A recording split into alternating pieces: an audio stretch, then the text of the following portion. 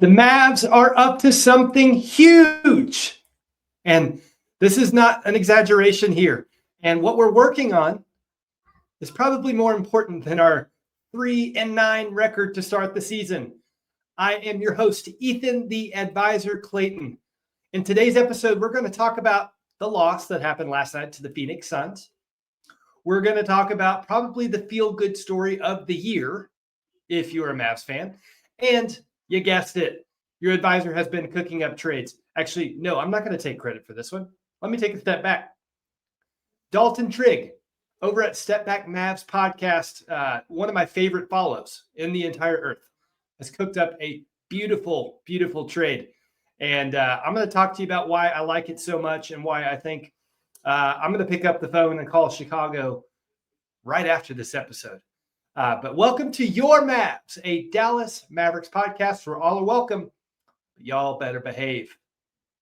Now, I teased that the Mavs are up to something huge, okay? And by the way, Mavs are a little bit better, okay? We're still 3-9. We're still not a great basketball team. We're still turning the ball over like you would not believe. But I got to say, there have been a ton of reports that have come out about the Dallas Mavericks over the past 48 hours. And it's pretty cool to be the center of attention without all of the negativity that surrounds it. Like, we just traded our generational superstar. We're doubling and tripling down on that trade. We made another bad trade. So we've gotten a lot of bad publicity over the past 9-10 months. So again, it's good to be back in the spotlight, but for probably fun and exciting reasons. Okay. But first, let's talk about the game last night. The Mavericks did lose to the Phoenix Suns. Okay. The final score was 123-114. Our record on the season is 3-9. But watching that loss last night, I got to tell you guys, the vibes were so much better on the court. Okay. I heard like the crowd actually cheering for the Mavericks, something that maybe I've taken for granted before. Again, like I don't know if I've told you this. I was born and raised in Texas. I've been a Mavericks fan my entire life, but I moved to Denver about 8 years ago. So like I have to like live vicariously through what I see on the TV because it's not very often that I'm going to go to Dallas at all. And even less often is going to Dallas and going to a Mavericks game. Okay. Usually if I'm going to Dallas, I'm going through Dallas on the way to somewhere else. So now I probably will try and make some trips that way. Not this season, but next season when we're a little bit better. Anyway, beside the point, again, the Mavericks did lose last night, but let's be fair. Let's give credit where credit is due.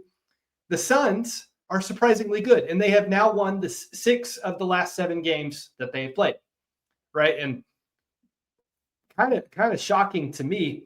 Obviously, Devin Booker is a superstar, right? No ifs, ands, or buts about it. But they've had a couple of interesting role players really step into a big role and have contributed in a major way, especially these last several games. I'm talking about Duke graduate Grayson Allen. I'm talking about I'm drawing a total blank. I don't even know where Colin Gillespie went to college. I think it was Villanova. Somebody fact check me on that. But right now, those 3 guys, all 3 guards, by the way, they're crushing it. Right. I don't know if you saw the big game that Grayson Allen had last week, but they seem to have the hot hand right now. They seem to have momentum, and they brought that into the American Airlines Center last night. But who cares? The Mavericks played with energy. We started off the game hot. We were forcing turnovers. Brandon Williams has just been electric. Okay.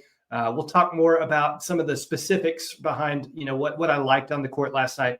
And you guessed it, I'm going to talk about Cooper Flagg. But some noteworthy things that happened last night. We were down by 14 points heading into the fourth quarter. We were outscored in all 4 quarters, but the first quarter we were only down by 2. The gap kind of widened in the second quarter. Then the Suns were really hot from 3, and we went into the fourth quarter down by 14, and then we went on a big run. Okay. We cut the lead down to 3, and I believe there was a chance for Cooper Flagg to actually tie the game with a corner 3 that wound up not going in. But that run was led by Brandon Williams and Cooper Flagg, right? It was fun to see. And as per usual, it was the turnovers that did us in. I'm going to talk more about that in a second. But on paper, probably one of our worst defensive performances, and something that stuck out to me. We allowed 26 free throw attempts. Okay, and Phoenix shot 80% from the line last night, hit 21 of those. So those are plays that you can't get back, like silly fouls. Musa Cece, who we're going to talk a little bit about more here in a minute, he fouled out. Right, there were some silly fouls that happened in there, and Phoenix made a living at the free throw line. But all in all, it was a really fun game. Right, vibes were greatly improved. Greatly improved. Okay, again, fans were cheering for the players. You heard the interviews from Coach Kidd and other players where they're like, yeah, the chanting during the free throws, that was really disrespectful. We kind of enjoy playing on the road more because it feels like when we're at home, people aren't rooting for us, right? And that's probably been really true for our first few home games, but that was not the case last night. We were locked in, right? But it was a fun game, improved vibes. We shot the ball well, actually, minus free throws. Okay, we shot 50% from the field and 36% from three. Now, we're not writing home about that, but that is a pretty big improvement over what we've seen in the season so far. And it came at a higher volume than we've seen so far this season. Okay, great. We hit 17 of 37 from three-point line. I'll take it. Wait, let me double check that for a second. Never mind. We did shoot 36% from the three-point line. We did hit 16 of them. That is our season high. But listen, it was good to see the ball go in the hoop, right? And a lot of that came from attacking the paint. Brandon Williams, right? Big time driver, okay? Max Christie had a lot of aggressive plays where he's taking the ball to the hoop. And as per usual, he was hitting those corner threes like you would not believe, okay? We crashed the boards well. We protected the rim and the paint well. We had our season high in blocks. We had 10 of them, right? First time we've had double-digit blocks all season. Coming into the season, we had that vision of what happened in the first three quarters of Anthony Davis's debut against the Rockets, where it was just block party. I think there were 16 of them in that game. So we kind of had an expectation that that's the type of defense you're going to see. And maybe when AD eventually returns and D-Live is back on the court, we're going to see more of the same. Yeah, it was great. That was fun basketball. By the way, 10 of those blocks, of those 10 blocks, 4 of them were from Musa Cece. We love that guy. But as I said a moment ago, it was the turnovers that did us in, as usual. Okay, we had 19 of those last night. And man, we clawed and scratched our way back from that 14-point deficit in the fourth quarter. And then we had 2 or 3 just devastating turnovers in the fourth that really, again, it just did us in. And so then we were forced to foul Phoenix where, they were pretty well automatic from the free throw line. But overall, top performers from the Mavericks last night, Brandon Williams and Cooper Flagg. Brandon Williams had 17 points and 9 assists. Okay, one short of the first double-double of this season. Very aggressive. He showed bounce, like he had some very aggressive dunks last night. It was just a really fun game from Brandon Williams, and I think we're going to see more of the same from him. Now that he has cracked the starting lineup, he has a head full of steam, and he is not looking back. I mentioned Cooper Flagg. He had 16 points, 6 rebounds, 6 assists, 3 steals, and 2 blocks. My man was all over the place, and some of the most impressive blocks I've seen in a while. He timed it perfectly. He got it at the absolute apex of a shot. It was, on superstar Devin Booker, who took the ball to the hoop on him. Kind of underestimated Coop's athletic ability, and Lord have mercy, that kid can fly. Right? It was it was a really fun block that we saw from Coop.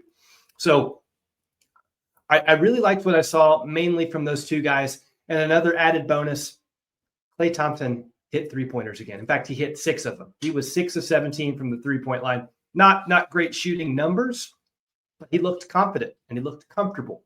right? We were forcing turnovers. We were getting out in transition, and Klay was finding his spots and letting them rip without like any hesitation whatsoever. He had 19 points last night. Love to see it. Okay. Now, I've mentioned his name a couple of times, and this is what I teased in the intro. Musa Cece is the feel-good story for the Mavs this season so far, right? He is signed to a two-way contract. I think when he was in college, he transferred like 3 or 4 times. Ultimately, his last season, he played for Memphis. He came in Summer League and did some good things to earn that last two-way contract that the Mavericks could give out. And very early in the season, obviously, we have dealt with a lot of injuries, especially within our bigs, right? Anthony Davis, Derek Lively, Daniel Gafford was even out to start the season. So Musa Cece was given an opportunity early, and he has continued to earn his keep around our roster, right? Last night, he did foul out, right? He just comes in. He's so energetic. He's all over the place. He's like banging bodies. He's blocking shots. He's grabbing boards. In fact, he had nine boards and 4 blocks last night. It was a really, really fun game from him. And maybe we would have had a better turnout in the fourth quarter and really narrowed the gap quicker if we had Cece on the floor, but he fouled out. But can I just say real quick, get that man a contract, right? Like, yeah, he's on a two-way, but the way that works is you have 50 games maximum that you can play at the NBA level. He has already played, 11 of those. So we got to figure that out. Like, I really see us utilizing his skill set a ton this season. Okay. So let's find a way. That means that we probably have to make a couple of roster moves, cut a couple of homies, like shout out Dante Exum. We got to get him off our roster. You got to go, pal. Let's see. Speaking of roster changes, I teased this at the beginning of the episode.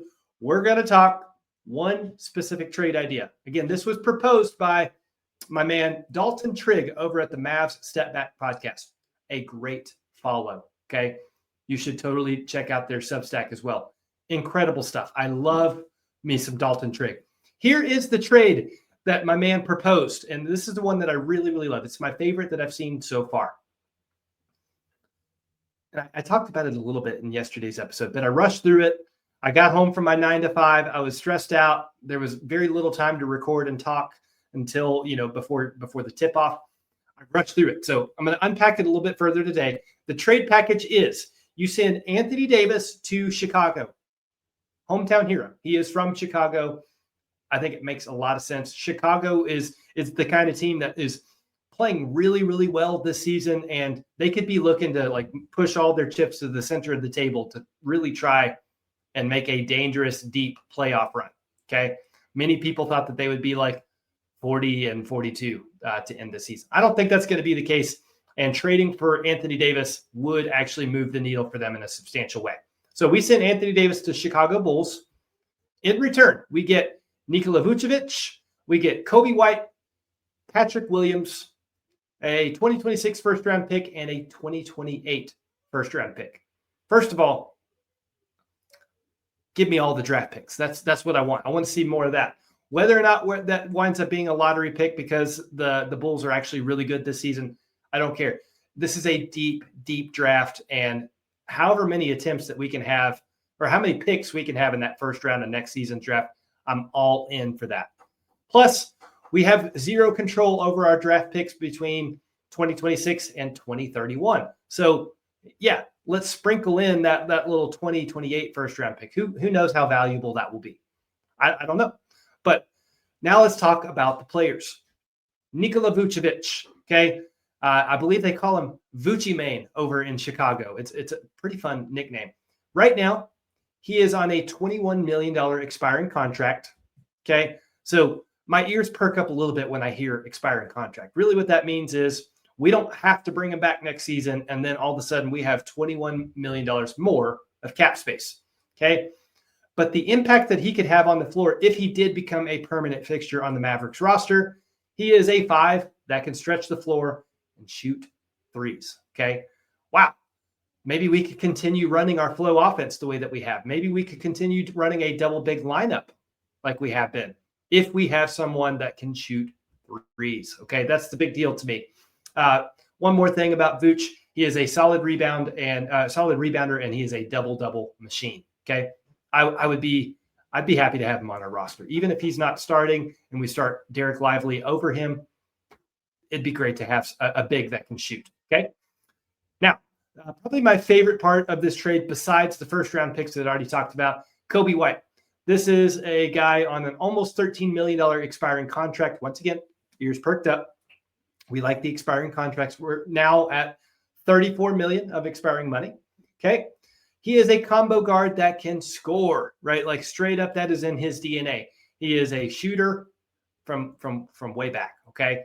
But he doesn't just shoot. He takes the ball to the hoop. He is a multi-level scorer. Okay.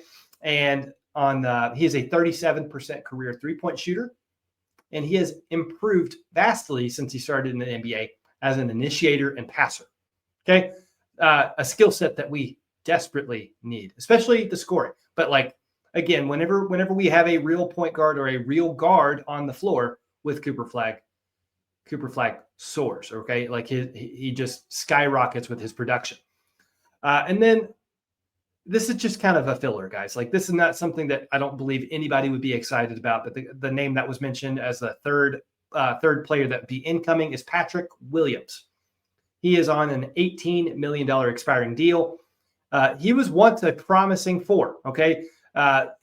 He has not at all lived up to the contract that he was signed on 2 years ago.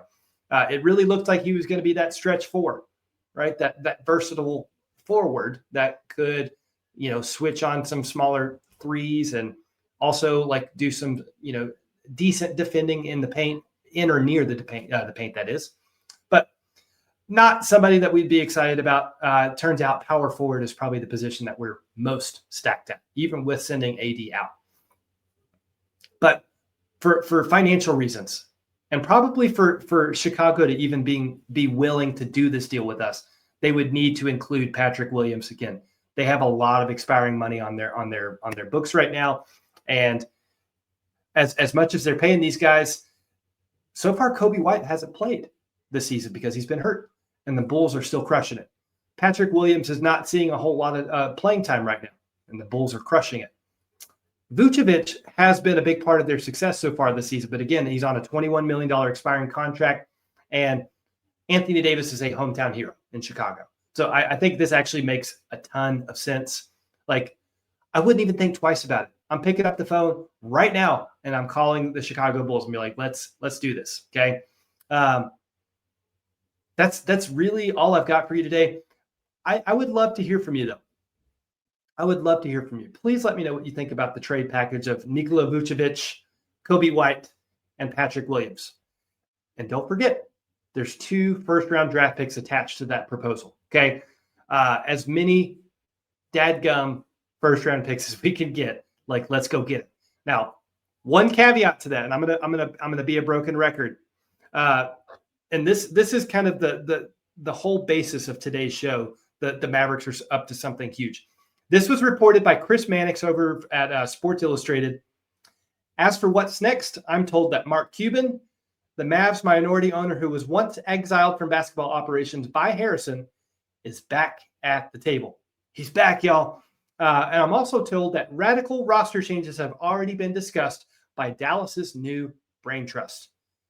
Big changes could be coming to Big D. You love to hear it. You love to see it. Now, Mark Cuban, he had his ups and downs as the owner of this franchise, but listen, he always put Mavs fans at front and center. He wanted to make sure that if somebody's going to pay good money to come watch a game at the American Airlines Center, that they were going to be entertained from start to finish and that they were going to have a damn good time. Okay. So all the other flaws aside, he showed loyalty to our franchise cornerstone, Dirk Nowitzki. Okay. He made sure that we drafted Luka Doncic, right? Like he did some incredible things that go, that you take the good with the bad. But now that he's involved again, he has said things like, we need to go after Dennis Lindsey to be our GM. We need to, for lack of a better term, blow up this roster and really solely focus on the Cooper Flagg timeline. No more of this we're weighing two different timelines, trying to win now and trying to win in the future. That historically just doesn't seem to work. Okay. So all chips in the middle of the table. We are focused on Cooper Flagg. The Mavs are up to something huge, and I'm here for it. Any moves that we make for the rest of the season, to me, I think it outweighs all the negativity that we started the season with. Where again, we're 3-9. We're one of the worst offenses in NBA history. I think some of that pain starts to hurt a little bit less if I know that we have a defined, exciting direction that we're going in. That is all I've got for you today. Thanks for stopping by. I'll see y'all around Twitter. Be good.